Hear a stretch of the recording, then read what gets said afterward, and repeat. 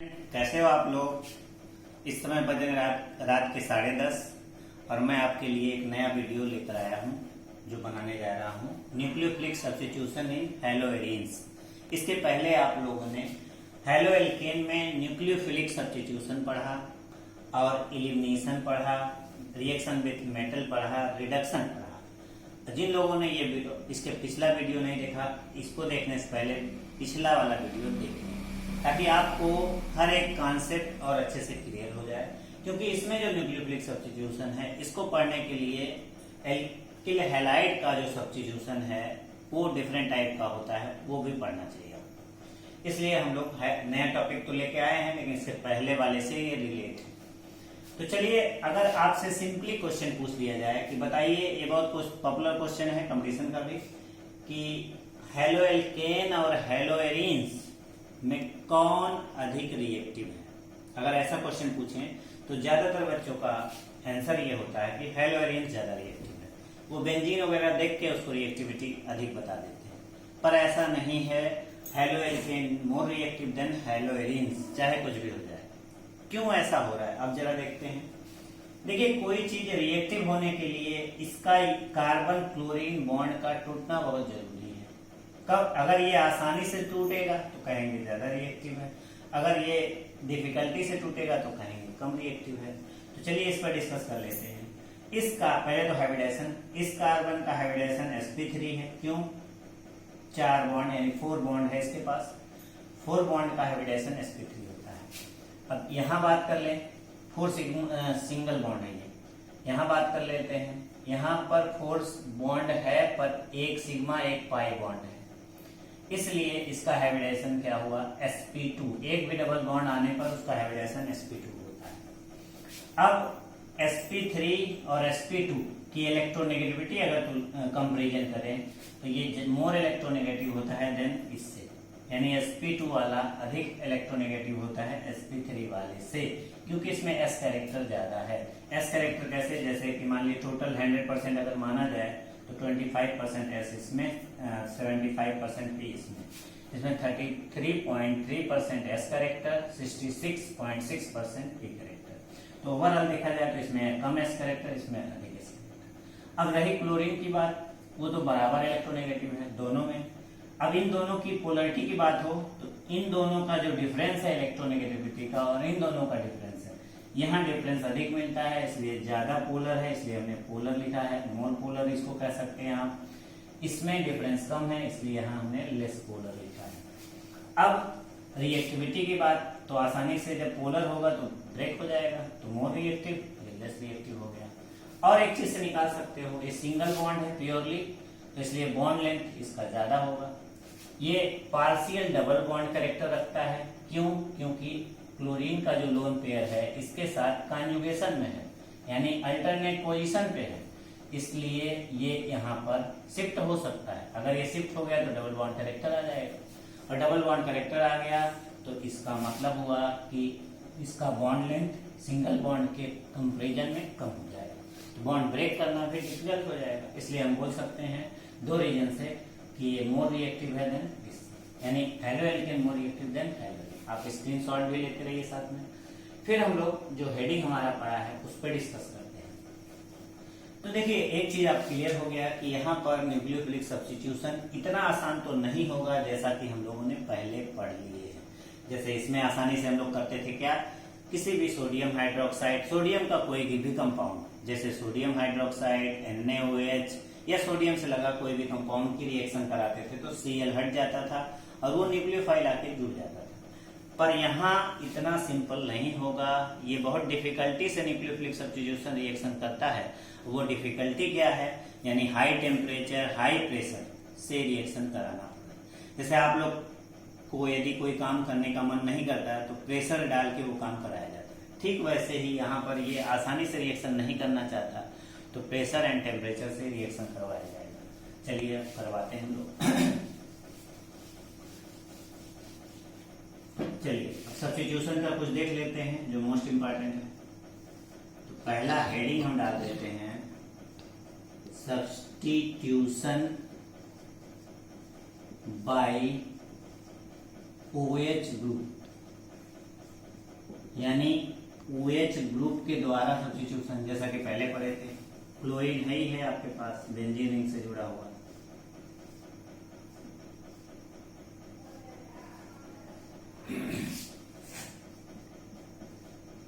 NaOH,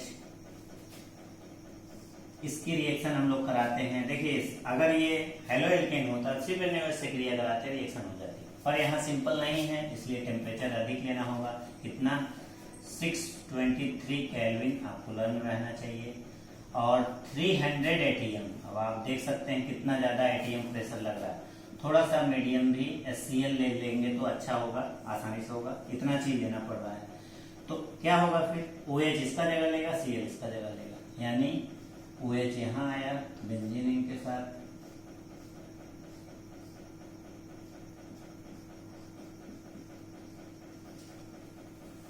ये इतना कुछ कराने के बाद सब्स्टिट्यूशन हुआ, आसानी से नहीं हुआ। फिर दूसरा हम लोग लेते हैं substitution bye NH2 group.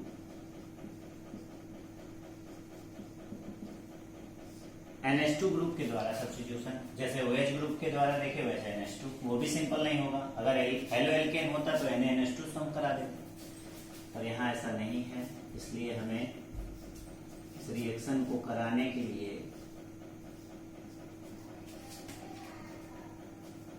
NH3 2 मोल ले लेते हैं, बैलेंस करने में आसानी होगी। कॉपर ऑक्साइड Cu2O, कैटलिस्ट, साथ में टेम्परेचर लेना होगा 475 केल्विन के साथ 60 एटीएम। इतना चीज लेंगे तब ये रिएक्शन होगी। तो क्या बनेगा? Cl हटेगा और NH2 आएगा। 2 मोल कॉपर के साथ इसको जोड़ दीजिए,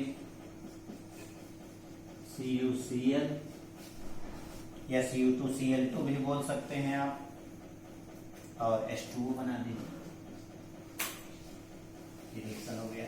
इसका नाम क्या है? फिनॉल। इसका नाम है एनिलीन। एनिलीन बनाने का एक मेथड भी आप सीख लिए।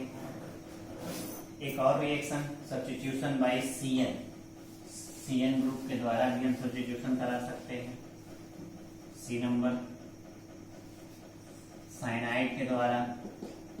उसके लिए आपको क्या करना होगा? क्लोरोबेंजीन लीजिए,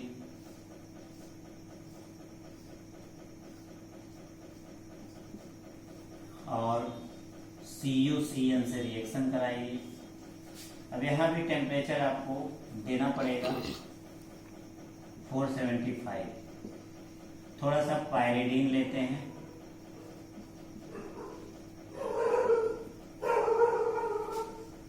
तो यहाँ पर साइनोबेंजीन बन जाता है, और CuCl। देखिए कितने सब्स्टिट्यूशन थे मेनली। अब ये तो आप सोचेंगे चलिए ड्रास्टिक कंडीशन से हमने करा दिया। आप एक काम करा सकते हैं, आप सोच रहे होंगे कि क्या ऐसा बना ले तो रिएक्शन नहीं हो सकता है।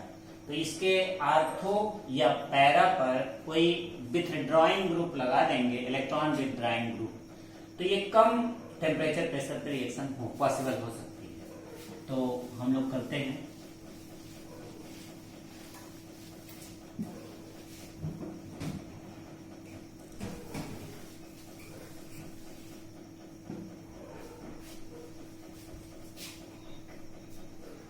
तो हेडिंग डालते हैं रिएक्टिविटी ऑफ हेलोएरीन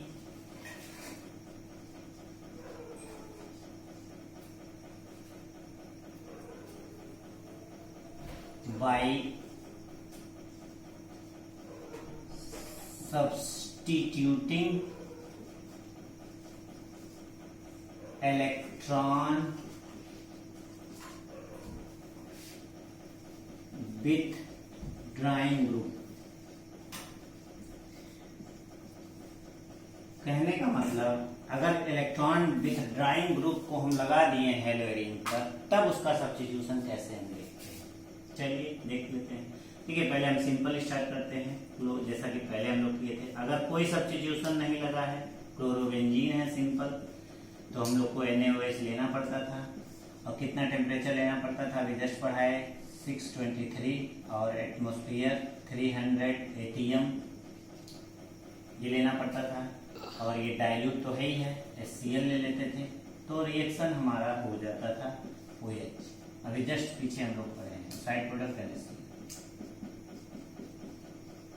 लेकिन अगर एक सब्स्टिट्यूशन इलेक्ट्रॉन विथड्रॉइंग ग्रुप, मतलब इलेक्ट्रॉन खींचने वाला ग्रुप, कोई भी अट्रैक्टिंग ग्रुप लगा दिए जो पावरफुल हो, जैसे मान लीजिए हमने Cl आर्थो पर या पैरा पर सपोज करिए NO2 ग्रुप लगा दिया, अब क्या इफेक्ट है। अब NaOH से अगर हमको रिएक्शन कराना है तो देखिए आप, टेम्परेचर बिगड़ जाएगा और प्रेशर तो गायब ही हो जाएगा। टेम्परेचर आपका हो जाएगा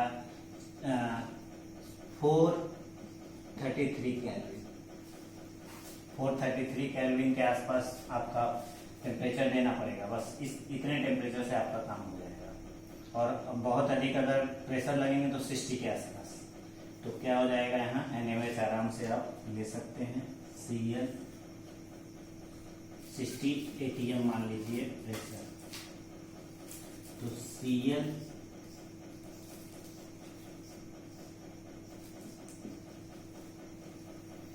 और NO2 है ही है, NO2 और Cl हट के क्या लग जाएगा। और अगर आपने प्रेशर भी नहीं देना पड़ेगा, प्रेशर सिर्फ इतना ही केल्विन टेम्परेचर देने से हो जाएगा, सिर्फ एक सब्स्टिट्यूशन लेने से।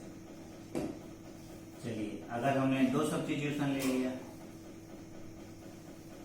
एक यहाँ NO2 लगा दिया, एक यहाँ, अब देखिए टेम्परेचर NaOH से ही रिएक्शन है तो आपका टेम्परेचर यही और घट जाएगा 368 केल्विन। प्रेशर की भी जरूरत नहीं, हल्का सा हीटिंग करना है। OH यहाँ आ गया,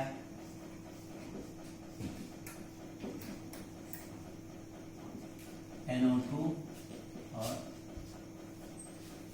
मान लीजिए आप और सब्स्टिट्यूशन कर देते हैं। Cl यहाँ NO2, जितनी पोजीशन है वहां, और यहाँ NO2 आपने लगा दिया, तो क्या होगा, आप सिंपल NaOH ले लीजिए, चाहे NaOH नहीं भी लेंगे, वाटर के साथ बॉयल कर देंगे तब भी हो जाएगा। चलिए NaOH हमने ले लिया, अगर NaOH की मात्रा बहुत कम है, अमाउंट बहुत कम है, सिर्फ बॉयल करने की जरूरत है, तो आपको क्या होगा, ये Cl हट जाएगा और सभी पोजीशन पे NO2 तो था ही, यहाँ NO2, यहाँ NO2 और यहाँ। अगर इसका नाम लिखें तो कैसे लिखेंगे, 2 1 2 3 4 2 4 6 2 4 6 ट्राई नाइट्रोफिनॉल। अब आप देख सकते हैं, सिर्फ हमने किया क्या, इसको NO2 बढ़ाते चले गए। अब आपको सब में लगा दें, ऐसा पॉसिबल नहीं है क्योंकि स्टेरिक हैंडेंस होता है, इतने ही पे लग सकता है।